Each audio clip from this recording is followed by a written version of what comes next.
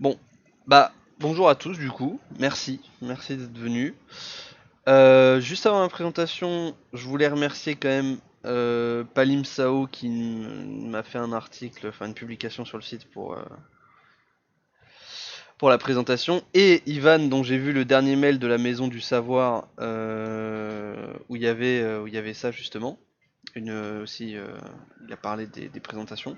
Donc je vous invite pour ceux qui connaissent pas, la Maison du Savoir, c'est un endroit, peut-être qu'Ivan aurait voulu le présenter lui-même, mais en gros, pour présenter la Maison du Savoir rapidement, c'est un endroit, un lieu, je ne sais pas, où on a des débats, des échanges, des conférences, des présentations sur la critique de la valeur ou des choses qui sont en lien avec la critique radicale et la théorie. Vous avez un SoundCloud qui est disponible où il y a tout ça. Voilà, il y a un site, c'est vrai, il y a un site. Et du coup, je mets le SoundCloud aussi où vous pouvez retrouver tout ce qui a été fait. Il y a des choses de grande qualité qui sont faites là-bas. Et du coup, j'en profite pour parler notamment donc des présentations de Benoît Boïbunel, donc qui est un des auteurs français de la critique de la valeur, qui a publié une approche matérialiste de Kant, enfin qui va publier une approche matérialiste de Kant normalement courant du mois de juin. Et donc vous avez des présentations sur la Maison du Savoir qui sont très intéressantes. Donc voilà. Première chose, deuxième chose, il y a ce que j'ai envoyé là tout à l'heure, c'est-à-dire le dernier des bouquins de course qui va sortir et qui est excellent. Donc le 11 juin aux éditions Critique Critique, ça peut vous intéresser aussi. Et dernier élément, bon là je vois qu'il y a des gens qui sont habitués de la critique de la valeur dans ce channel, mais il y a aussi des gens que j'ai jamais vus. Je tenais à vous dire que mes présentations sont interactives, ou en tout cas j'aimerais qu'elles le soient. Donc en fait vous pouvez à tout instant, s'il y a un truc que je dis qui est pas clair, ou que je me suis mal exprimé, ou je sais pas, vous pouvez tout à fait m'interrompre, hein. C'est pas du tout une conférence en mode personne m'interrompt et ensuite seulement vous avez le droit à la parole. Vous pouvez tout à fait m'interrompre au beau milieu pour me demander de préciser ou quoi. Je vais essayer de lire le chat en même temps, mais c'est pas évident. Et à la limite, s'il faut que je lise le chat, n'hésitez pas à me ping, comme ça j'ai la notif du ping et je lis le chat. Et comme ça je peux répondre aux questions éventuellement si vous préférez poser votre question à l'écrit. Parce que le but c'est aussi de pouvoir vous présenter la chose au fur et à mesure, on va dire, répondre aux questions qui se posent au fur et à mesure et essayer d'être le plus clair possible au fur et à mesure de la présentation. Dès que la dernière présentation elle commence à remonter un petit peu, je vais rappeler, vite fait ce qui s'y est dit. Euh, En gros, c'était le chapitre 4 de la substance du capital où Kurz déploie un petit peu sa critique de ce qu'il appelle le marxisme traditionnel. Donc le marxisme traditionnel, c'est le marxisme qui va être centré sur la lutte des classes entre bourgeoisie et prolétariat, et sur le fait de définir le capitalisme comme étant la propriété privée des moyens de production, lucratifs ou pas, par la bourgeoisie, et donc l'extorsion de plus-value aux prolétaires durant le process de production.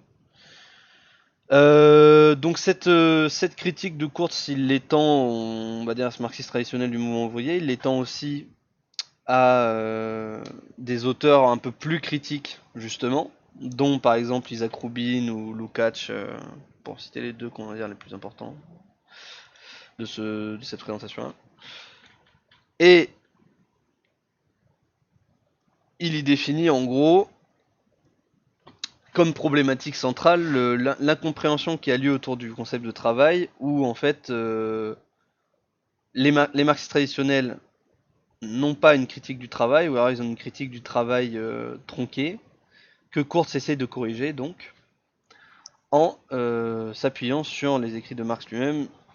Et sur ces éléments-là, j'y reviendrai au cours de la présentation normalement, donc je vais pas m'attarder dessus outre mesure. Et je vais directement vous parler donc de ce chapitre 5 qui est élément pour une critique du concept postonien de travail, qui est donc une critique de Moïse Poston de Robert Kurz. Alors, pour vous présenter un petit peu qui est Moïse Poston, c'est un théoricien, historien de profession, états-unien, qui était à l'université de Chicago. Et c'est quelqu'un qui est souvent associé à la critique de la valeur, ou en tout cas qu'on présente comme étant un des théoriciens de la critique de la valeur. Mais il faut savoir que si Course nous dit qu'il a le mérite d'avoir le premier, on va dire, déconstruit, en partie dépassé cette ontologie du travail, ou en tout cas le travail tel qu'il est compris en tant que concept transhistorique et positif, euh, Poston n'avait pas de contact avec la critique de la valeur. C'est-à-dire le cercle allemand, pardon, de la critique de la valeur. Donc autrement dit, quand Poston développe ses théories, c'est dans les années 70, donc c'est-à-dire déjà avant les principales publications des cercles allemands, et c'est sans contact direct. Je crois qu'il y a eu vaguement des contacts entre Kurtz et Poston vers la fin de sa vie, mais bon, en aucun cas c'était des contacts réguliers où ils n'étaient pas membres du même groupe ou je ne sais quoi. Et si ces publications, on va dire, continuent des années 70, 80, 90, sa traduction en allemand, elle est plus tardive, elle date de 2003, et en France de 2009. Mais là déjà, en fait, Robert Kurz y voit une dynamique intéressante parce qu'il se dit que si des gens qui n'étaient donc pas en contact, puisque Poston n'était pas en contact avec la critique de la valeur, ont amorcé une relecture critique du monde social, du capitalisme et de la valeur notamment, et notamment une critique de la valeur, c'est qu'il y avait aussi un moment de crise de la société du travail qui justifiait en fait cette réinterprétation critique. C'est-à-dire que y a ce qu'on appelle enfin, le vocabulaire de la critique de la valeur, la crise de la société de travail, donc c'est un truc qu'on fait dater en fait des années 70 après les chocs pétroliers. Vous savez, c'est on a plusieurs processus en fait concomitants. On a les chocs pétroliers, la troisième révolution industrielle, le début du chômage de masse, etc. Et donc tous ces éléments appellent à une remise en question, on va dire, des différents paradigmes théoriques de l'époque qui étaient très centrés justement sur le travail et notamment le travail ouvrier, le travail industriel, qui étaient donc vus de manière positive. Et le fait du coup qu'il ait été remis en question par des auteurs qui n'avaient aucun contact mais qui ont eu cette même lecture de Marx et donc du coup cette même critique marxienne des événements nous dit quelque chose en soi sur justement les conditions historiques qui ont permis cette remise en question critique. Donc, pour vous situer un petit peu les ressorts, les ressorts idéologiques du Poston, on va dire, essayer de vous présenter rapidement sa critique. Pour lui, pour Poston, l'idée que le travail constitue le monde social et la source de toute richesse ne renvoie pas à n'importe quelle société ou à la société en général, mais uniquement à la société capitaliste, c'est-à-dire la société moderne. Ça, c'est ce qu'il dit dans son ouvrage Temps, travail et domination sociale, que vous avez là. Et donc déjà, vous remarquez que c'est évidemment dans la même veine que ce qui peut être dit habituellement par la critique de valeur. Et en fait, là où Poston dit quelque chose d'important, c'est que pour lui, on peut distinguer deux grands courants d'analyse critique qu'on peut distinguer. La critique, donc, qui a pour point de vue le travail, et celle dont le travail est l'objet de la critique. Autrement dit, ça rejoint un peu deux mots d'ordre très différents entre ceux qui vont vous dire qu'il faut libérer le travail et d'autres qui vont vous dire qu'il faut se libérer du travail. Alors plus concrètement, le travail ici n'est pas entendu comme il peut être parfois défini dans le sens commun, c'est-à-dire comme forme d'activité en général, indépendamment de tout contexte historique ou social. Mais le travail ici est entendu comme rapport social spécifiquement moderne, c'est-à-dire spécifique à la société capitaliste. Le travail renvoie à la subsomption réelle de toutes les formes d'activité concrètes sous une seule forme abstraite. Donc pour le dire autrement, c'est l'idée que dans le capitalisme et uniquement dans le mode de production capitaliste, toutes les formes d'activité dans les sociétés humaines capitalistes sont réduites à leur caractère purement abstrait. Et abstrait pourquoi? Parce qu'elles n'ont aucun autre but que la production de richesses abstraites, c'est-à-dire d'argent. Et ça, c'est quelque chose de spécifique au capitalisme, c'est-à-dire que dans la majorité des lieux de vie pré-capitalistes, les rapports sociaux ne sont pas fondés sur ce rapport d'argent. Les activités de production et de reproduction ne sont pas médiatisées par l'argent. Elles sont médiatisées par d'autres formes sociales, dont il ne s'agit pas de dire qu'elles sont mieux. Hein. Je ne suis pas un passéiste et je pense que la critique de la valeur n'est pas passéiste non plus.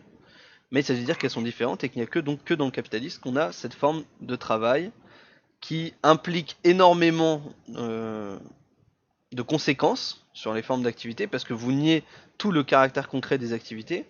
C'est-à-dire que le seul lien concret qui existe entre le fait de fabriquer des armes, des missiles, de garder des enfants, d'être prof, d'être ouvrier, d'être employé, etc. Le seul lien concret qui peut exister, c'est le fait que vous êtes dans un rapport de travail, dans un rapport de production, de reproduction de richesse abstraite. Donc, soit vous critiquez le travail en tant que tel, comme je viens de le définir, et donc le travail est l'objet de votre critique, soit à l'inverse, comme les marxistes traditionnels, vous avez le travail comme point de vue de la critique, c'est-à-dire que pour vous le travail est quelque chose de positif, quelque chose de transhistorique qui aurait toujours existé, qui serait toujours là de tout temps, les hommes auraient travaillé. Et donc pour vous il s'agirait de libérer le travail de l'emprise, donc généralement de la bourgeoisie, des capitalistes en tout cas. Mais donc évidemment, cette critique tronquée passe à côté de l'essentiel de ce qu'il y a à dire sur le travail et son caractère aliénant. Je crois que pour s'en convaincre, il suffit, très honnêtement, d'observer la situation des travailleurs dans les pays où la bourgeoisie a été renversée à un moment ou l'autre de leur histoire. Je pense que très peu de gens ont envie d'être ouvriers dans les grands chantiers soviétiques ou chinois ou coréens, etc. Donc, on comprend très vite du coup pourquoi est-ce que le travail, quand il sert de point de vue de la critique, ça rend la critique tronquée et parce qu'on tombe dans cette ontologie du travail. Et donc ça c'est un élément que Poston lui met en avant. Mais il faut savoir que Poston il est resté assez longtemps isolé dans ses critiques. C'est-à-dire qu'on Courte s'explique que pendant plus d'une décennie, Poston était très seul dans son université à Chicago. Là. Parce que les milieux intellectuels académiques aux États-Unis, mais comme en France, sont très marqués, si vous voulez, très, je dirais pas contrôlés, c'est un peu fort, mais bon, plutôt que de dire contrôlé, on va dire très empreint d'une lecture marxiste traditionnelle du monde social. La lutte dont je parle évidemment pour ceux qui sont intéressés par la critique sociale, parce qu'après vous avez carrément des historiens qui n'en ont rien à faire, ça c'est encore autre chose. Et pour les historiens, on va dire, qui sont marqués dans la critique sociale, le schéma de la lutte des classes est toujours prédominant. Et donc là, Poston, lui, c'est un schéma qui remet radicalement en question le schéma de la lutte des classes. Donc de ce fait, il a été très isolé aux États-Unis. Et aujourd'hui, en France, pour les rares universités qui vont déjà avoir des dominantes sur ces sujets-là, et qui vont être plutôt des laboratoires d'histoire sociale ou de sociologie, etc., on va être encore très centré lutte des classes aussi. Donc, Poston est resté isolé un certain temps, ça je vous l'ai dit, et Kurtz y précise quand même une chose, c'est que même si Poston il a ce mérite d'avoir été le premier à le faire et d'avoir bataillé pendant des années, voire des décennies, pour faire entendre une critique marxienne du capitalisme qui dépasse ce cadre de la lutte des classes, il y a quand même quelques zones d'ombre dans le travail de Poston et notamment autour du concept de travail. Bon, pardonnez la répétition. C'est-à-dire que dans Temps, Travail et Domination Sociale, Poston il a des petits moments de flou. Par exemple, il lui arrive de parler de travail dans le capitalisme, donc comme s'il existait en fait un travail en dehors du capitalisme, alors qu'il est capable de dire en même temps que euh, le travail en tant qu'idée constituant le monde social est la source de toute richesse spécifique au capitalisme. Et en fait, pourquoi est-ce qu'il y a cette espèce de zone d'ombre? C'est parce que Poston n'éclaire pas assez en fait l'aspect historiquement spécifique du travail. C'est-à-dire que Poston il pose la chose suivante, il dit c'est seulement dans le capitalisme que les catégories fondamentales de la vie sociale sont les catégories du travail. Mais en même temps, il dit que ça ne suffit pas de juste dire ça pour faire une critique du capital, et qu'il faut ensuite préciser sa critique parce que on a une importance incontestable du travail pour la vie sociale humaine en général.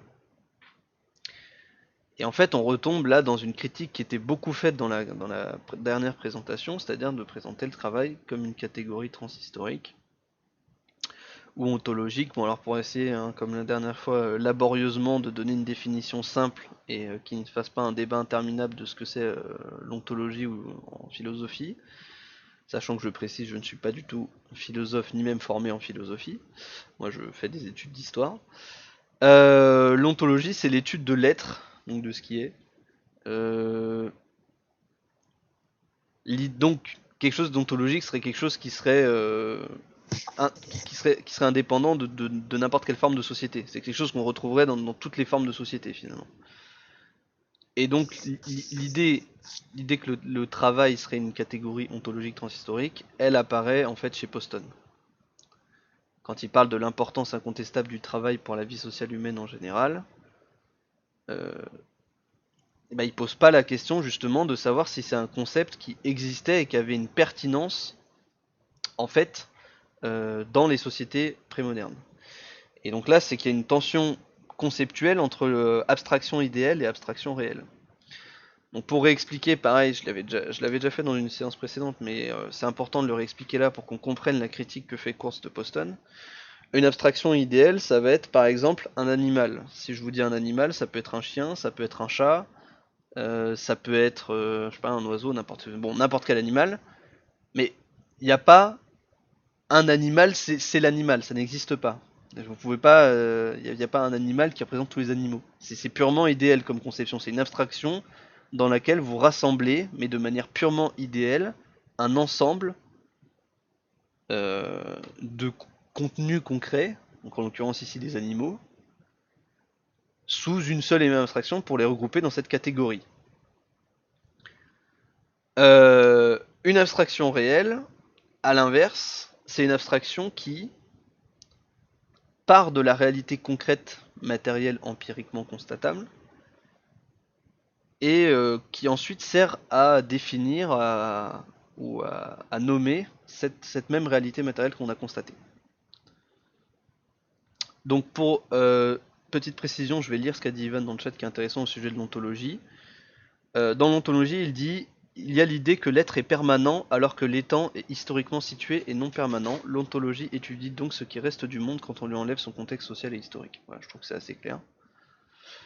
Donc pour revenir sur mon histoire d'abstraction idéale ou d'abstraction réelle, c'est là qu'on voit la tension qui existe en fait au niveau du travail ou de la forme travail, comme on l'appelle.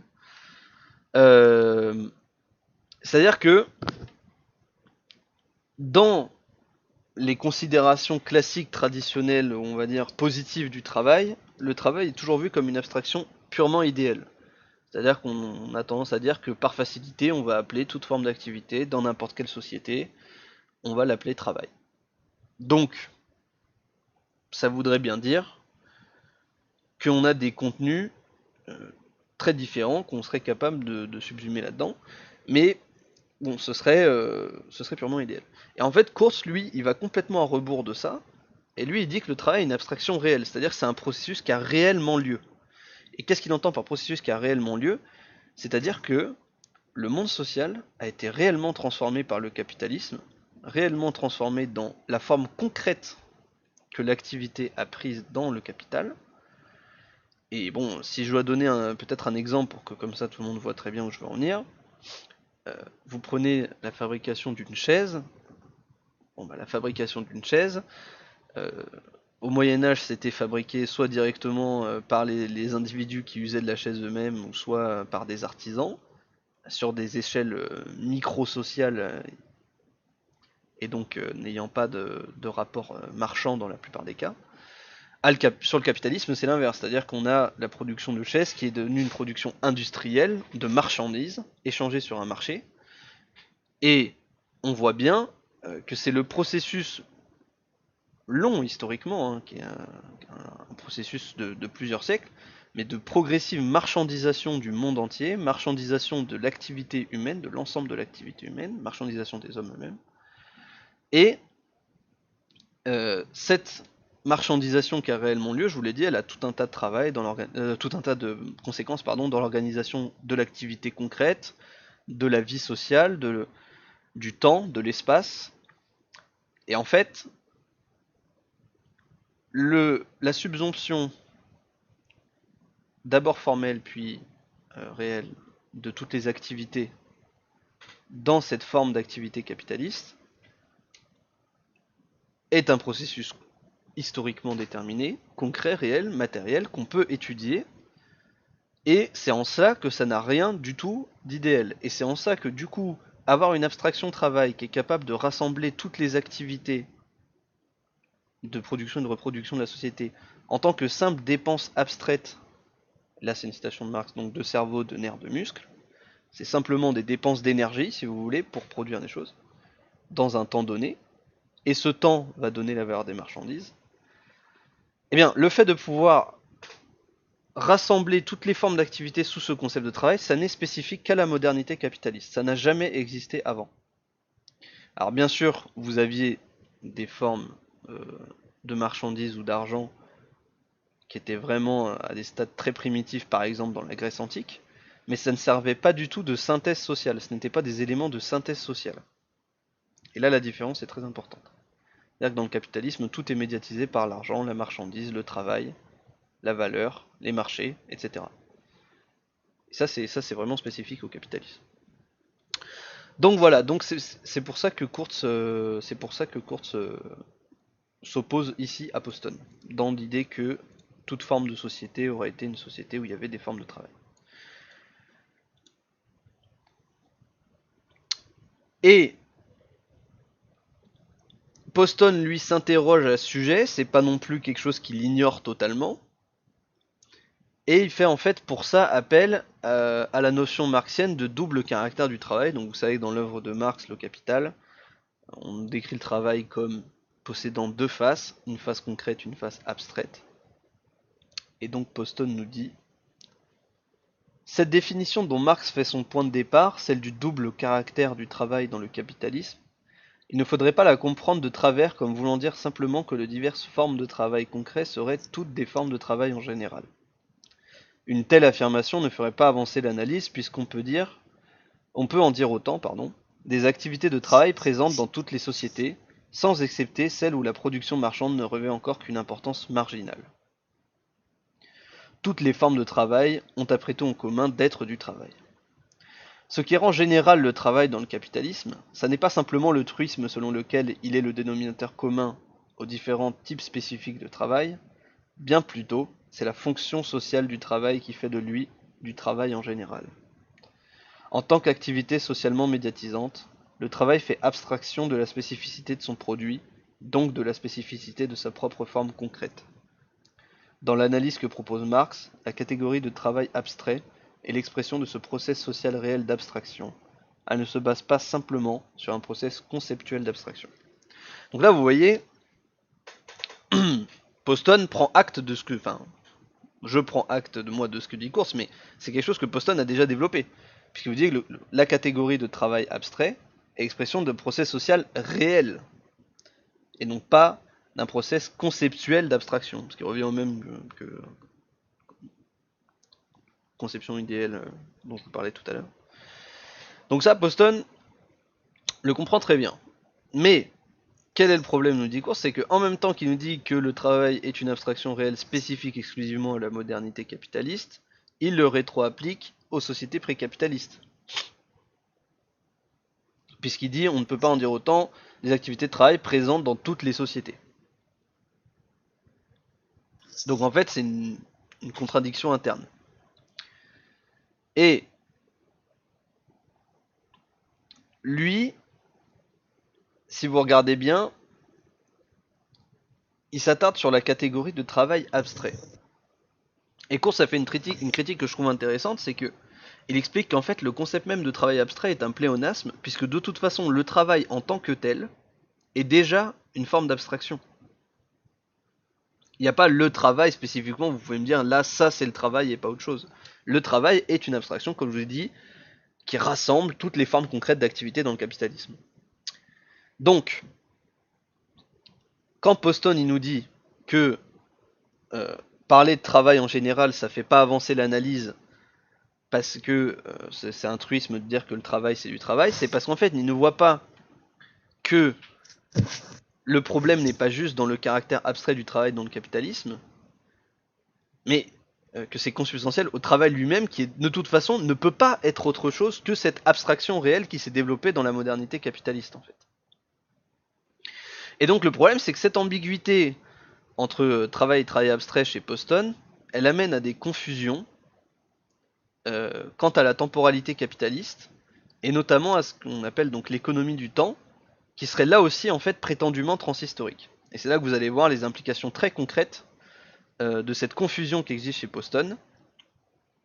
Donc Poston il affirme, toujours dans Temps de travail, domination sociale, l'énoncé de Marx selon lequel les questions de temps de travail resteraient importantes dans une société post-capitaliste ne veut donc pas dire que la forme de richesse y serait elle-même devenue temporelle plutôt que matérielle.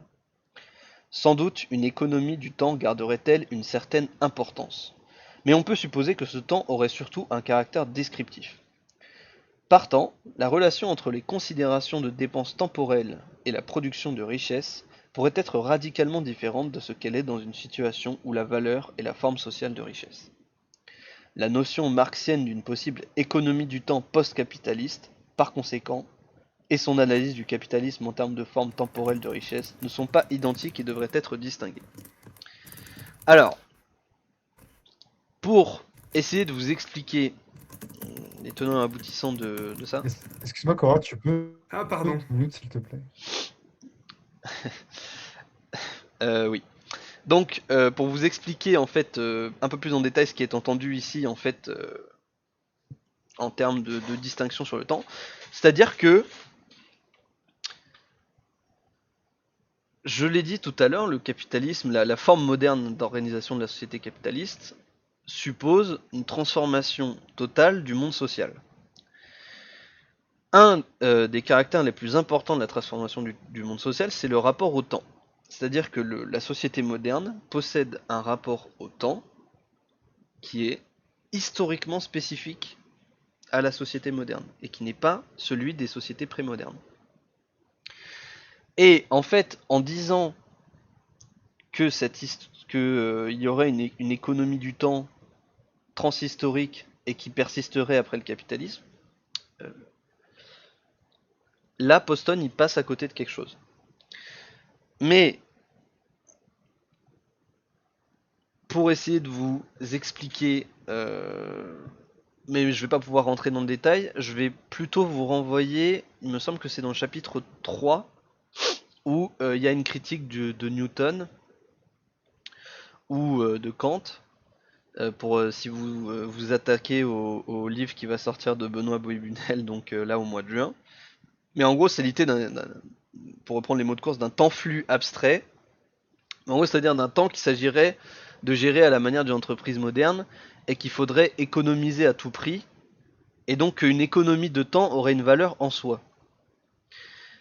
Et en fait, le problème de ce rapport au temps, c'est-à-dire de ce rapport au temps qui dit que une économie de temps a une valeur en soi, et ben c'est que si vous prenez des cas très concrets de forme d'activité, vous allez voir que gagner du temps n'est pas du tout la chose la plus souhaitable. Et si vous voulez que je vous prenne un exemple tout simple, c'est en matière d'éducation. C'est-à-dire qu'en matière d'éducation, vous avez des élèves très différents, avec des capacités d'apprentissage et des conditions d'apprentissage très différentes. Et le fait de les mettre par exemple tous sur un même calendrier et sur ce même rapport au temps où il faut vite boucler dans des programmes des quantités astronomiques de connaissances, ça n'a pas une valeur en soi. Et la valeur qu'on va lui attribuer par exemple dans le mode moderne, la société moderne spécifique, c'est aussi une rétroprojection de ce temps de travail où dans l'industrie, pour réaliser le maximum de profit, vous êtes obligé de minimiser le temps de travail nécessaire à la production de chaque marchandise. Et le problème, c'est que je vous dis, appliquer cette logique d'entreprise de gestion du temps et du temps qu'il s'agirait à tout prix d'économiser à tous les domaines de la vie, ça ne va pas. Il y a des enfants, vous avez besoin de passer du temps avec eux pour les éduquer, justement. Si je reste dans mon exemple de l'éducation. Et aller le plus vite possible avec eux n'est pas du tout quelque chose de souhaitable. Au contraire. Au contraire. Et c'est pareil pour le domaine médical. si vous avez, si vous avez des patients à traiter, il n'est pas du tout souhaitable que vous les expédiez comme du travail à la chaîne sans vous attarder sur leurs besoins spécifiques. En fait, le mieux serait plutôt au contraire de faire en sorte de pouvoir s'occuper et accorder le temps nécessaire à tout le monde à prodiguer le soin. Donc vous voyez que dire qu'il y aurait cette notion d'économie du temps qui serait transhistorique, qui aurait une valeur positive et qu'il s'agirait de conserver dans un monde post-capitaliste, c'est quand même problématique en soi. Parce qu'il n'existe pas en fait de forme d'activité où la notion d'économie de temps n'est pas finalement une forme d'aliénation. Parce qu'en fait, pour le dire concrètement, peu importe le travail que vous faites, si vous êtes pressé par le temps, ça va tout de suite devenir beaucoup plus aliénant que ce que ça n'aurait pu être auparavant. Donc, vous voyez, il y a cette ambiguïté dans le rapport au temps, où on nous dit que voilà, il y a ce rapport au temps qui aurait toujours été là. Bon, c'est pas le cas. Et cette ambiguïté, elle ressurgit encore une fois quand Poston il aborde la question de la nécessité, c'est-à-dire du travail nécessaire. En fait, vous avez deux idées relatives au concept de travail et de nécessité du travail. Vous avez ce qui définit la valeur d'une marchandise dans le capitalisme. Donc ce qui définit la valeur d'une marchandise, c'est le temps de travail socialement nécessaire en moyenne à la production de cette marchandise. Donc ça renvoie à la forme valeur dont on a déjà beaucoup parlé ici. Et en fait, la deuxième conception qu'on a du travail nécessaire, c'est de se dire cette nécessité transhistorique de produire, reproduire la société, dont je vous ai déjà longuement expliqué pourquoi est-ce que c'était problématique d'appeler ça du travail, par exemple les productions agricoles des sociétés médiévales, dans des communautés fermées, dans des villages, etc. Ou antiques, ou même préhistoriques. Et en fait, Poston, ne critiquant pas cette définition, lui il affirme que de même, quand on examine la relation entre travail et nécessité sociale, on doit distinguer entre nécessité sociale transhistorique et nécessité sociale historiquement déterminée. Marx voit un exemple du premier type de nécessité dans le fait qu'une forme ou une autre de travail concret est nécessaire pour médiatiser les interactions matérielles entre les hommes et la nature, et par conséquent pour maintenir la vie sociale humaine. Une activité de ce type représente aux yeux de Marx une condition nécessaire à l'existence dans toutes les formes de société. De par son double caractère, le travail soumis à la forme marchandise se rattache ainsi, dans l'analyse que fait Marx, à deux formes différentes de nécessité, l'une transhistorique et l'autre spécifique au capitalisme. Et la critique que fait Kurtz ici à Poston, c'est que cette double conception de la nécessité, donc que je viens de vous expliquer, entre nécessité spécifique au capitalisme d'augmenter la productivité pour gagner en temps de travail et en profit sur le court terme, et la nécessité transhistorique donc de faire manger machin bidule, euh, en pensant qu'il peut ici la réduire, si vous voulez, à justement quelque chose d'ontologique, c'est-à-dire la réduire à une cité qui aurait existé de tout temps, en fait, on passe à côté de l'essentiel. Et donc, qu'est-ce que c'est, qu'est-ce que j'appelle cet essentiel, ou que Kurtz s'appelle, de quoi passe-t-on à côté selon Kurtz? C'est que dans cette idée de nécessité sociale transhistorique, vous avez toujours cette idée de crise permanente. Je pense que beaucoup ici d'entre vous ont pour image des sociétés, par exemple préhistoriques, l'idée qu'ils sont toujours en train de mourir de faim et que les sociétés de chasseurs-cueilleurs sont des sociétés où les gens ne s'en sortent pas.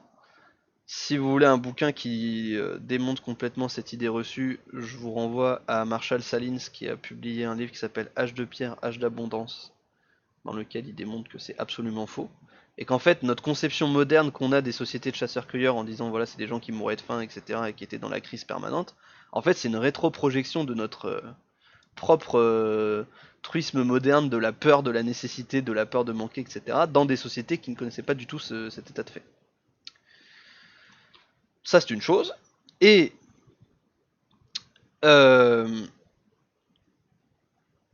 en fait,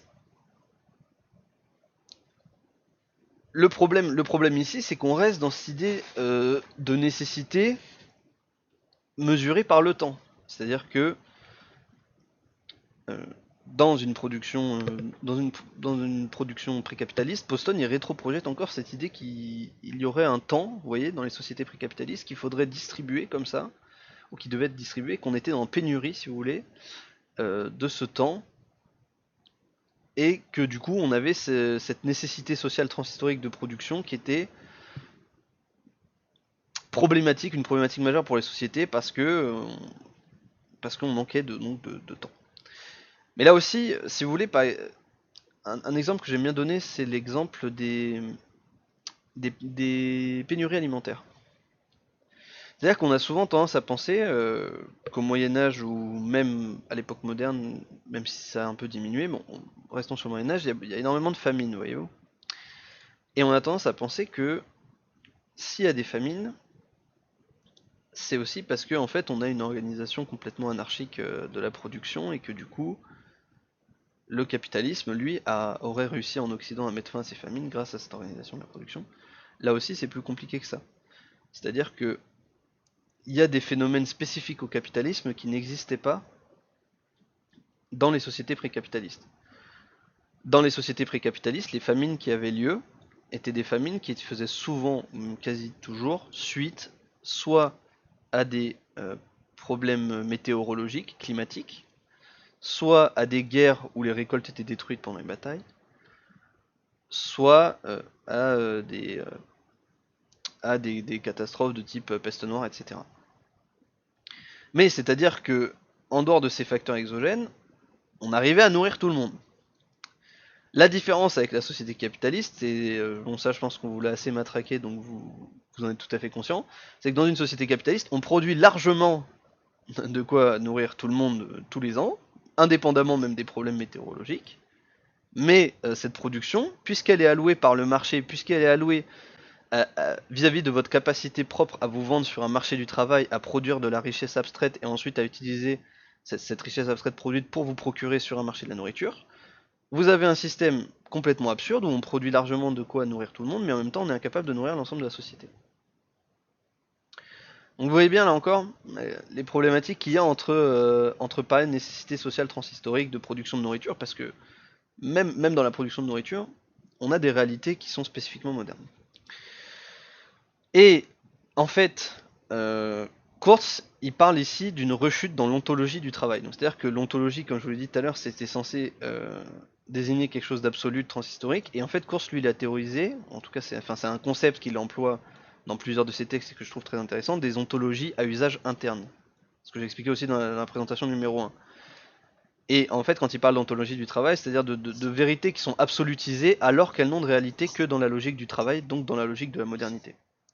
Et donc Kurtz il nous dit qu'en fait, Poston, ici, il retombe dans cette ontologie du travail, et qu'en fait, ça se ressent dans ses perspectives pour une société post-capitaliste. Donc pour Poston, une société post-capitaliste implique en outre la possibilité d'un process de production différent, qui serait fondé sur une structure du travail social nouvelle et émancipatrice. Donc là, je ne vais pas revenir, vous voyez bien que, alors que Poston disait lui-même qu'on doit distinguer critique du point de vue du travail et travail comme objet de la critique, là il retombe finalement dans la critique point de vue du travail, puisqu'il lui pense qu'on pourrait avoir des formes de travail, des nouvelles structures émancipatrices de travail. Bon, premièrement. Deuxièmement, Poston il nous dit qu'il s'agirait en fait d'un travail non aliéné, libéré des rapports de domination sociale aussi bien directs qu'abstraits. Sauf qu'il ne voit pas justement que le travail est consubstantiellement aliénant, si vous voulez. On ne peut pas départir travail et aliénation, puisque le travail en tant qu'abstraction est lui-même aliénant en soi. Ensuite, il nous explique qu'on doit émanciper le travail et que cela requiert de s'émanciper du travail aliéné.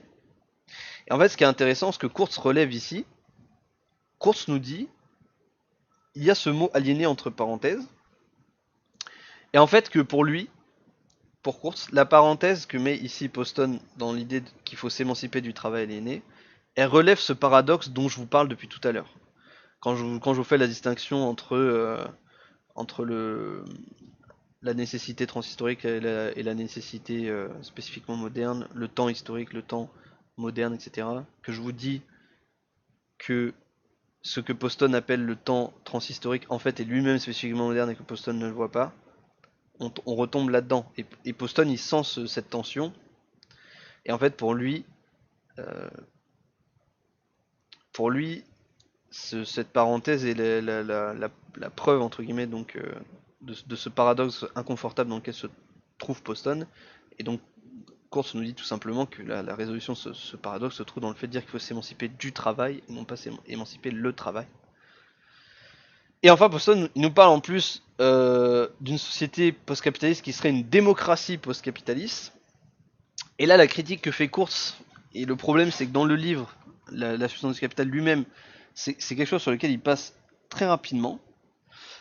Il s'attarde pas beaucoup, mais bon, on retombe dans l'idée aussi que la politique, en tant qu'elle est pratiquée dans la société moderne, serait une solution en fait aux problèmes posés par le capitalisme. Kurtz est absolument en désaccord avec ça, et que on peut rendre le travail aussi démocratique qu'on veut, il sera toujours aliénant de toute façon. Mais vu qu'il s'attarde pas dessus d'une part, et que j'ai aussi pour projet de revenir sur ça ultérieurement, je vais pas développer là-dessus, mais garder en tête l'idée que la politique ne peut pas être la solution à ce problème du travail. Puisque le problème se trouve dans l'organisation même du travail en tant qu'abstraction réelle, que la politique ne peut pas transformer de toute façon. Donc, pour conclure sur ce chapitre, Kurtz il revient quand même à la fin du chapitre pour dire que même après toutes les critiques qu'il a fait à Moïse Poston, il faut quand même dire que Poston, sa critique qu'il produit, ça reste une avancée majeure. Ça, ça reste un moment important, si vous voulez, de la pensée. Que il a quelques moments d'autologisation qui persistent pardon, sur l'idée de nécessité, sur l'idée de temps, etc. Mais qu'il se démarque quand même, Poston, largement des marxistes traditionnels. Il cite cette phrase où Poston dit que le travail qui constitue la valeur pardon, ne devrait pas être identifié avec le travail tel qu'il peut exister transhistoriquement. Donc, vous voyez qu'on reste dans cette idée de transhistorique. Mais en même temps, la phrase d'après, il dit « Le travail représente bien plutôt une forme historiquement spécifique destinée à être non pas réalisée, mais abolie le jour où l'on viendra à bout du capitalisme. » Voilà. Donc, même s'il reste, vous voyez, dans ces phases d'ontologisation, il y a quand même cette forme de radicalité qui se développe chez Poston, donc c'est en ça qu'il reste un auteur important, et qui développe quand même beaucoup d'idées importantes dans le travail et la domination sociale. Et donc ça, Kurtz le précise bien, malgré ses critiques, et c'est pour ça qu'il lui consacre un chapitre à part, et qu'il ne le met pas dans le reste des critiques du marxisme traditionnel qu'il avait fait et que je vous ai présenté dans la dernière séance, où il critiquait Rubin, Lukács, le marxisme du mouvement ouvrier, etc., qui avait vraiment une lecture complètement positive du travail. Donc c'est tout pour ce chapitre. La prochaine fois, je vous présenterai donc le chapitre 6 qui parle du travail abstrait de la valeur en tant qu'a priori social. Je ne sais pas si vous avez des questions, s'il y a des choses sur lesquelles vous voulez que je revienne, vous pouvez me le dire. Moi, j'ai une question. Enfin, c'est plus, j'aurais besoin d'un éclaircissement. Quand tu parlais de médiatiser, de médiatisation, si tu peux un peu expliquer le terme, parce que je suis pas sûre d'avoir bien compris. Alors ce que j'entends par médiatisation, c'est-à-dire que je vais revenir à mon exemple parce que je pense que plus c'est concret, plus c'est simple à comprendre. Dans le capitalisme, ce qui médiatise l'activité sociale en général, c'est le fait que vous allez aller sur le marché du travail, vous allez proposer votre force de travail à vendre, un capitaliste va acheter temporairement votre force de travail, vous allez signer un contrat de travail, vous allez travailler, vous allez produire de la valeur, admettons que vous soyez ouvrier dans une usine, et ensuite vous serez rétribué une partie de cette valeur, et par la suite, finalement, vous allez ensuite utiliser cette valeur accumulée pour acheter sur un marché le quoi reproduire votre force de travail, donc c'est-à-dire acheter des vêtements, acheter de la nourriture, de l'eau, de l'électricité, payer votre loyer, etc. Mais vous voyez que dans ce processus, tout, absolument tout, est médiatisé par la marchandise, par le travail abstrait, par l'argent, par la valeur. Et dans les sociétés précapitalistes, il faut bien comprendre que ça n'existe pas. Ou alors ça existe dans les sphères spécifiques de... Comme je vous ai dit, en fait, il y a des formes proto ou primitives de marchandisation, de proto-marchandisation, mais qui restent à la marge de la vie sociale. C'est-à-dire que, pareil, si je reprends mon exemple des villages de l'époque médiévale, un village de l'époque médiévale a une production agricole qui est distribuée selon les besoins de chacun. Ce qui sert un peu d'élément de synthèse sociale, c'est, si on prend le cas de l'Occident, par exemple, le catholicisme. Voilà. L'église au cœur du village. On distribue la nourriture selon les besoins.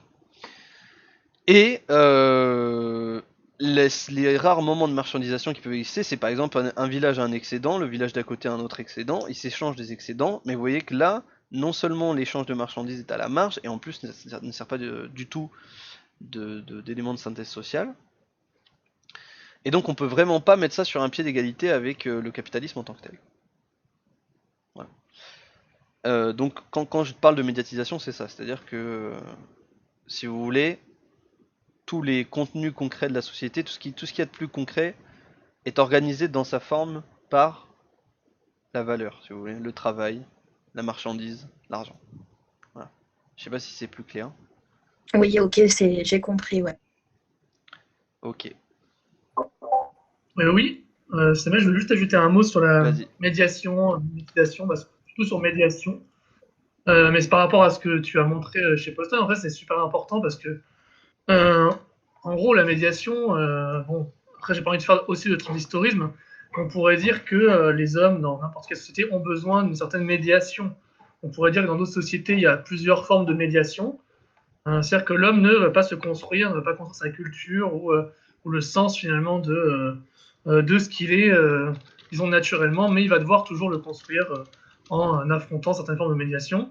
Mais sous le capitalisme, justement, notre forme de médiation spécifique, c'est le travail. Et souvent, beaucoup d'auteurs, même des auteurs, disons, intéressants, justement comme Poston, mais genre, là, on peut en croiser pas mal, vont confondre le mot médiation, vont confondre le concept de médiation et celui de travail. C'est-à-dire qu'ils vont souvent dire, ben oui, il y a le travail abstrait ou le travail capitaliste, mais il y a aussi le travail général, transhistorique, qui lui est la forme de médiation de l'homme avec la nature. Et souvent, c'est ce qui se passe, c'est que le travail va être compris comme un peu synonyme de médiation, alors que justement, voilà, si Poston était consistant, il aurait pu dire finalement qu'on a toujours besoin d'une médiation, mais que cette médiation-là, on ne peut pas la déterminer à l'avance, déjà, sous le capitalisme, si on parle d'une société post-capitaliste, et que les formes de médiation sont toujours changeantes, jamais trop historiques, mais qu'en revanche, le travail, justement, c'est une forme de médiation qui Désolé si je suis un peu long, hein, je Non, sais pas vas-y, si vous c'est parlez. intéressant. C'est le travail, justement, c'est une forme de médiation qui se présente, dit Marx, ça c'est dans les Grundrisse. Dans les Grundrisse, c'est ce que dit Marx, comme une chose simple. Mais bon, c'est que ce texte, il est assez connu. Là, désolé, j'aurais plus exactement le lieu dans les Grundrisse, c'est assez tôt, je dirais dans les pages 100, par là, parce que c'est vraiment un gros livre. Dans les Grundrisse, donc texte qui précède le Capital, texte de 1857-1858. C'est intéressant parce que Marx va critiquer les économistes politiques, par exemple que justement, eux, ils ont pensé trouver la médiation universelle qui existe depuis toujours, qui serait le travail, alors que Marx va dire au contraire, le travail simple, le fait que le travail apparaisse comme quelque chose qui est d'emblée médiatisé, voilà, qui n'a pas besoin d'être réfléchi plus que ça. C'est justement le propre du capitalisme aussi, en fait. Le propre du travail en lui-même, c'est en fait d'apparaître comme quelque chose qui ne peut pas être dépassé, qui a toujours existé. Et après, il y a eu des formes de légitimation, des formes aussi finalement de conceptualisation, qui ont été par exemple la philosophie des Lumières. Là, vraiment, je vulgarise à grands traits, mais la philosophie des Lumières a encouragé notamment à ontologiser complètement le travail comme quelque chose d'ontologique. C'est quelque chose qui est vraiment propre à l'émergence du capitalisme. Voilà, c'était pour dire que du coup, il y a beaucoup d'enjeux en fait derrière le concept de médiation, et je pense que c'est ce que loupe un peu Moïse Poston. Ouais, je suis d'accord, hein, merci pour cette précision, Ivan. Oui, merci Ivan, ça m'a bien éclairé. Je sais pas si tu veux rajouter quelque chose, Alexandre. Bah, moi, c'est plus une réflexion sur TTDS que j'avais réfléchi dessus. C'est que Boston, de mémoire, il me semble qu'il dit quelque chose du genre que si le capitalisme, ses formes sociales ont l'air si objectives, c'est-à-dire si les capitalistes ont l'air ont tendance de enfin si le mode de pensée capitaliste a l'air d'avoir, enfin a la tendance à rétroprojeter toutes ces catégories en les pensant comme étant objectives, c'est parce que justement, enfin c'est Boston qui dit ça, c'est qu'il se base sur une activité qui serait, selon Boston, du coup, plus ou moins transhistorique. Tu vois. C'est la différence, c'est que Boston, il va prendre dans son activité, l'activité en général, il va l'appeler travail, et et j'ai l'impression que la différence qu'il fait, c'est que le travail sur le capitalisme devient le principe de synthèse sociale, alors que dans les autres sociétés, il ne l'est pas. Et donc le fait que ça soit le principe de synthèse sociale sur le capitalisme, ça explique aussi pourquoi tout ce qui dérive du travail donne cette impression-là d'être transhistorique, valide pour toutes les sociétés. Mais du coup, il faudrait peut-être, enfin, avec Course, il faudrait peut-être réfléchir à finalement refonder un peu Boston là-dessus, parce que euh, Boston se base du coup sur son concept transhistorique de travail pour expliquer le caractère objectif de toutes les autres formes du capitalisme, enfin qui se prétend objectif, quoi, la valeur et tout, et qui est rétroprojeté dans les autres sociétés. Et il me semble que Kurtz il nous permet un peu de penser ça, parce qu'avec l'abstraction réelle, euh, il y a l'idée que quand même l'énergie est une façon de voir l'activité humaine en général, qui est spécifique au capitalisme, mais qui est quand même objectif et présent dans chaque activité, et qui donc présente ce caractère-là objectif.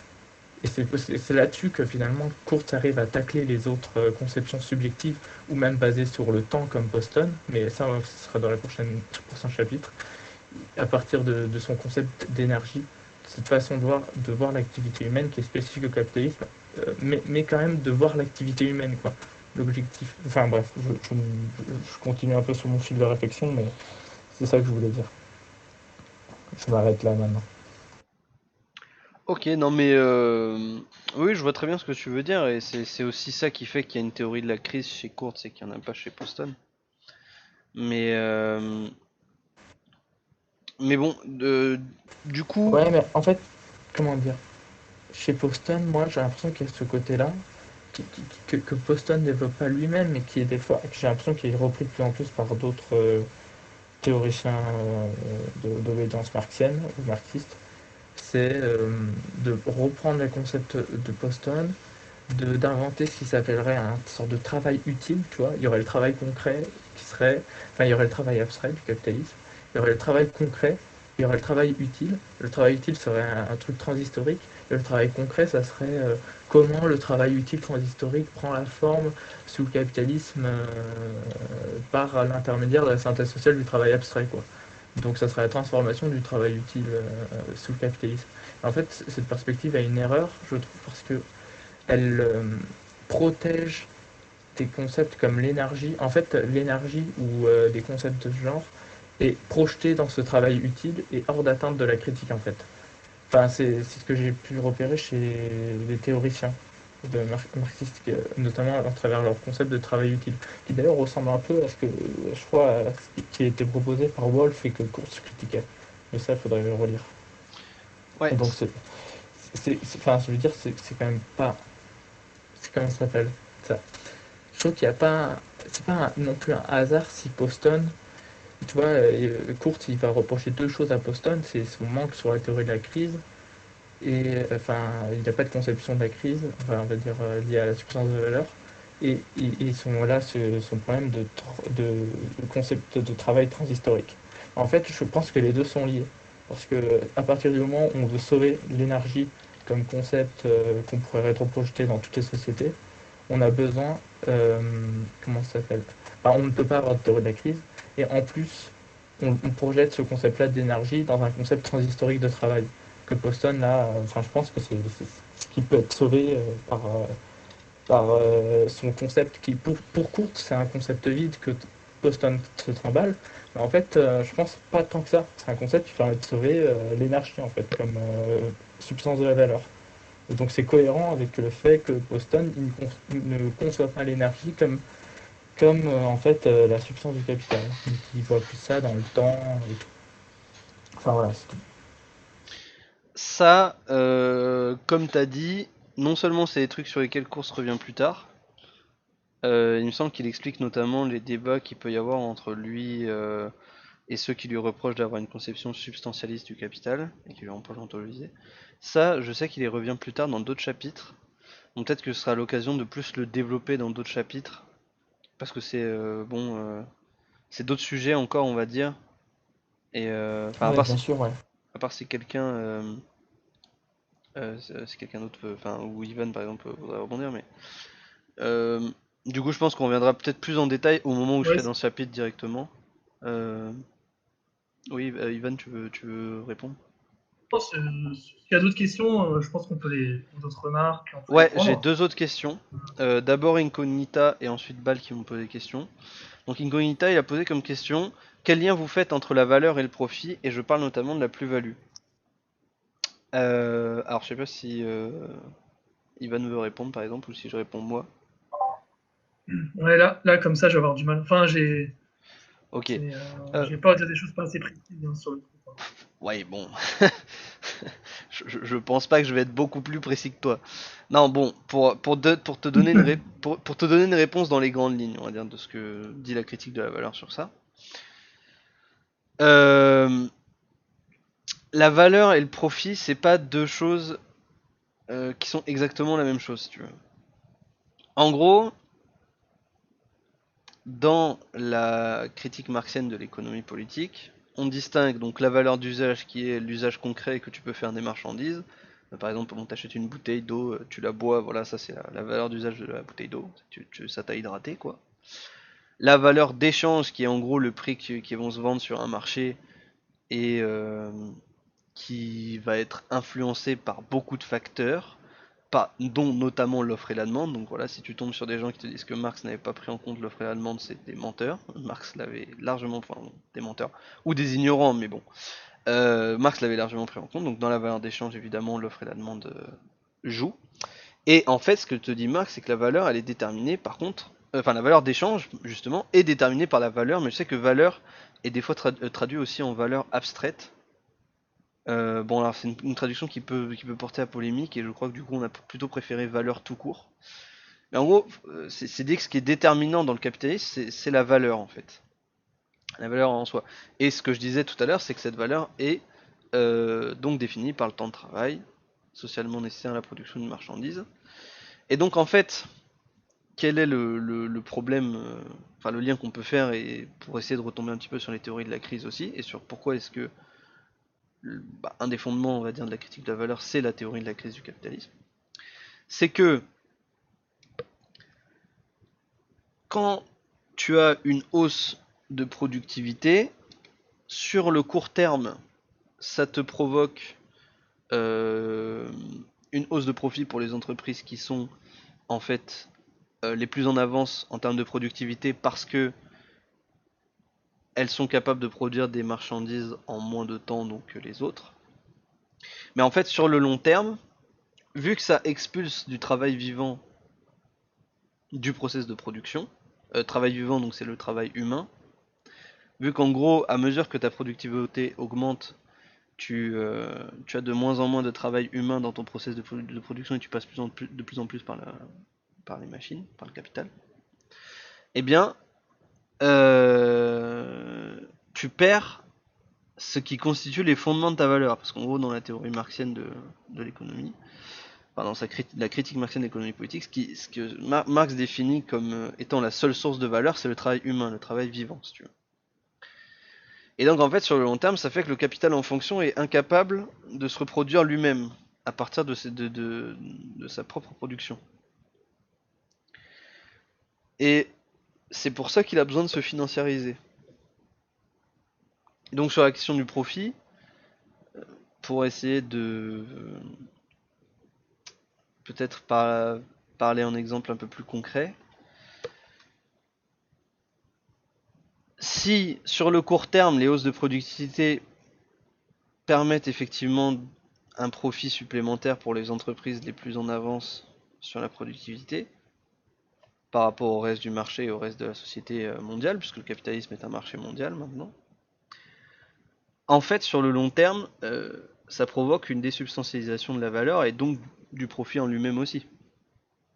C'est-à-dire que les profits deviennent insuffisants à entretenir le capital en fonction. Et c'est pour ça que, donc, que l'économie se financiarise et qu'on passe par le crédit, par les marchés boursiers, les titres, etc. pour alimenter le tout en termes d'économie. Voilà. Je sais pas si c'est clair ce que j'ai dit. Je sais pas si ça répond à ta question. Je sais pas si Euh, vous voulez ajouter des choses, Ivan ouais. et Alexandre. Je peux ajouter Allez-y. rapidement. Non, il y a une chose essentielle aussi dans pour comprendre la contradiction du capitalisme tel que tu l'as exposé, c'est-à-dire le fait que ne plus s'appuyer que sur du travail vivant en même temps qu'il sape ses propres fondements, vu qu'il détruit de plus en plus de travail vivant, car le capitalisme est, du coup forcé à créer de la survaleur. Et du coup, ça c'est un élément, je crois, tu n'as peut-être pas souligné ici, qu'on pourrait rajouter, quoi. C'est que la survaleur est essentielle au capitalisme. C'est-à-dire qu'il ne peut pas faire autrement que de créer de la survaleur pour continuer à exister en tant que processus. Et or, justement, ce processus est contradictoire parce que la création de survaleur implique notamment une amélioration, c'est un des facteurs, des techniques, ce qu'on appelle aussi ce que Marx pourrait appeler les forces productives. Mais plus on atteint un haut niveau de force productive, plus nos machines sont performantes, moins du coup on a besoin de travail humain, moins on a de travail réellement productif, qui est justement le travail vivant, le travail humain. Et donc aujourd'hui, par exemple, il y aurait à peu près 10% de travail productif pour 90% de travail improductif, c'est-à-dire du travail de service, d'entretien des machines, de reproduction, etc. Donc le travail vivant est réduit à presque rien. Et du coup, voilà, c'est ça que je pourrais rajouter. Après, juste sur le profit, mais en fait, je ne vais pas être précis. Donc, juste une indication, mais que je ne pourrais pas assez développer ici comme ça. J'en serais pas capable. C'est que le profit va être une forme phénoménale. C'est-à-dire le profit, ça va être la valeur telle qu'elle va apparaître, notamment aux économistes et aux personnes sur les marchés. C'est-à-dire que la valeur, finalement, serait comme un peu l'essence du profit, quoi. Serait la survaleur passe par le profit, mais le profit n'est que la forme apparente à un moment T, en fait, de tout le mouvement complet du capital, qui voilà, sera AM A'. Enfin, c'est un peu plus complexe que ça, mais je résume un peu ici. Désolé si je ne suis pas assez clair pour être plus précis, mais voilà ce que j'en rajoute. Ouais, je pense que faut juste voir qu'il y a une différence. La survaleur, c'est pas la même chose que le profit. En termes, du moins dans la partie critique. C'est que le profit, en effet, comme l'a dit Ivan, c'est plus phénoménal, quoi. On n'est pas vraiment. Il y a la valeur, il y a la survaleur comme étant l'objectif du capitalisme, quoi. Et il y a le profit qui est, je dirais, déjà sur un autre plan, quoi. Un plan où on serait moins dans, dans la base abstraite de, de la socialité, pour comprendre la socialité. Peut-être pour répondre sur l'idée, est-ce que le profit est juste une expérience de pensée? Ouais, effectivement, je pense qu'une séance spécifique sur la crise et pour revenir sur ces questions en détail, ce serait intéressant parce que là, du coup, on s'éloigne un peu de la critique de Poston. Mais pour répondre sur ça, en fait, ce que tu dis de la critique de la valeur dans la continuité de Marx, directement, c'est que la valeur et donc toutes ces catégories, le travail, la marchandise, l'argent, l'état, bon, etc. Donc, la valeur, c'est à la fois effectivement une pure chose de pensée, mais à la fois un process réel. Ce qu'on entend par chose de pensée quand on parle de la valeur, c'est-à-dire que si tu prends une marchandise concrète et que tu la dissèques, tu l'ouvres en deux avec je sais pas, des appareils scientifiques, tu vas pas trouver la valeur dedans. Hein. La valeur, c'est une convention sociale historiquement déterminée par une forme de praxis pas consciente majoritairement et qui donc a déterminé qu'on a organisé nos sociétés de telle sorte, mais elle n'existe pas physiquement. C'est pas une composition chimique. Il y avait pas la valeur dans le tableau périodique, quoi. Tu vois, elle n'existe pas physiquement, empiriquement. Mais c'est pas juste une expérience de pensée, parce que il y a quand même un process réel. Il y a quand même, il y a quand même une forme de ce que j'essaie d'expliquer, et du coup ça va me permettre de répondre à la question de Bâle sur qui me demandait en fait de redéfinir le concept de le concept de d'abstraction réelle. C'est-à-dire que quand on dit le travail est une abstraction réelle, c'est-à-dire que c'est une abstraction parce que comme j'ai dit, elle rassemble toutes les formes concrètes d'activité. Mais c'est une abstraction parce que réelle, parce elle a des effets concrets réels d'homogénéisation de l'activité. Donc c'est-à-dire que concrètement, toutes les activités sont transformées par cette abstraction en mouvement. Et j'ai donné l'exemple de la production de chaises, mais on pourrait prendre n'importe quel exemple littéralement, et vous verrez que la forme moderne a été transformée par cette nécessité d'être le plus rentable possible, le plus productif, de produire le maximum en un minimum de temps. Cette logique du temps dont nous avons parlé aussi au sujet de Poston, qui a transformé toute forme d'activité.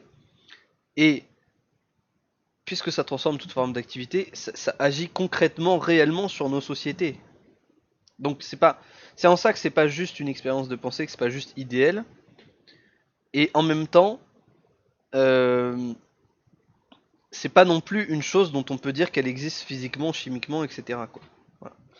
Et pour répondre à la question, ouais bon bah voilà, on t'a répondu, Euh, c'est fini. Oui, vas-y Alexandre si tu veux. Ouais, si tu veux un lien entre la valeur et la survaleur, c'est la force de travail. En tant que marchandise, la force de travail est comme valeur d'usage de produire de produire la survaleur, et elle porte comme marchandise, elle porte de la valeur comme toutes les marchandises, et cette valeur-là, c'est euh, finalement l'ensemble de la valeur qui a été nécessaire à sa reproduction. Donc le but de la force de travail, c'est de produire plus de valeur qu'elle n'en a déjà. Et c'est Lecourt, il insiste là-dessus, il dit le capitalisme ne peut pas exister sans que il existe cette marchandise force de travail, quoi. Sans que l'activité humaine devienne travail et prenne cette forme-là. Et donc, pour après faire le lien avec le profit, c'est la même chose qu'avec le prix. Par exemple, le prix d'une marchandise ne reflète pas la valeur, en fait. Le prix, il y a déjà des influences qui sont de l'ordre du phénoménal, qui ne peuvent pas être comprises uniquement par le lien logique de valeur au niveau social. Par exemple, le prix peut avoir des influences culturelles, il peut avoir des influences même de stratégie d'une entreprise, genre par exemple le sucre. Je vais prendre un exemple comme ça, mais je sais pas là maintenant on est sur ma propre conception plus que sur celle de Courte. Mais par exemple le sucre, il est vendu à des prix d'appel quoi en fait, des prix enfin des prix beaucoup plus faibles que finalement ce qu'il faut au niveau argent pour le produire. Parce que c'est un prix d'appel pour faire venir les gens dans le magasin et acheter d'autres marchandises. Mais du coup, tu vois qu'au niveau du prix, le prix et la valeur ne sont pas les mêmes choses. La valeur, on est sur le niveau logique, en fait, de la possibilité même des choses, en fait. Et c'est pareil pour la survaleur et le profit, en fait. C'est le même lien. Enfin, pour moi, c'est comme ça que je vois les choses. Après, il y a plein de théoriciens qui voient ça différemment. Voilà. Merci, merci Alexandre. Je sais pas si on a répondu à ta question, Incognita. Mais effectivement, ça pourrait être intéressant. Après, si tu veux, on peut te renvoyer à des références bibliographiques éventuellement si ça t'intéresse. Euh, je pense que tu serais très intéressé par la grande dévalorisation. Donc, qui est un livre de Ernst Lohoff et Norbert Reinkle, donc qui sont des auteurs de la critique de la valeur. Et qui ont essayé, à mon avis plus qu'essayé parce que c'est franchement une réussite, de fournir un cadre explicatif de l'évolution des sociétés modernes ces 50-70 dernières années quoi. Et t'as de l'histoire économique dedans et peut-être que ça répondrait en partie à ta question sur les liens qui peuvent exister.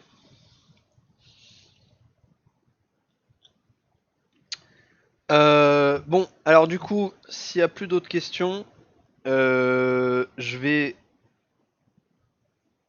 vous proposer une dernière chose. Ouais, alors le problème, ouais, j'avais pas réfléchi à un problème. Bon, je pense que je vais déjà couper l'enregistrement. Donc bah, pour l'enregistrement, merci de m'avoir écouté, hein. Et pour le chapitre 6, je donne pas de date parce que j'en sais rien. A priori, je dirais que dans 2 semaines, ça me paraît très probable. Voilà. Donc je pense pouvoir présenter le chapitre 6 dans 2 semaines. Si c'est pas le cas, de toute façon, peut-être je vous enverrai un message ou je vous signalerai de toute façon. Mais normalement, on va dire que le chapitre 6, a priori, ça devrait être possible dans 2 semaines. Voilà.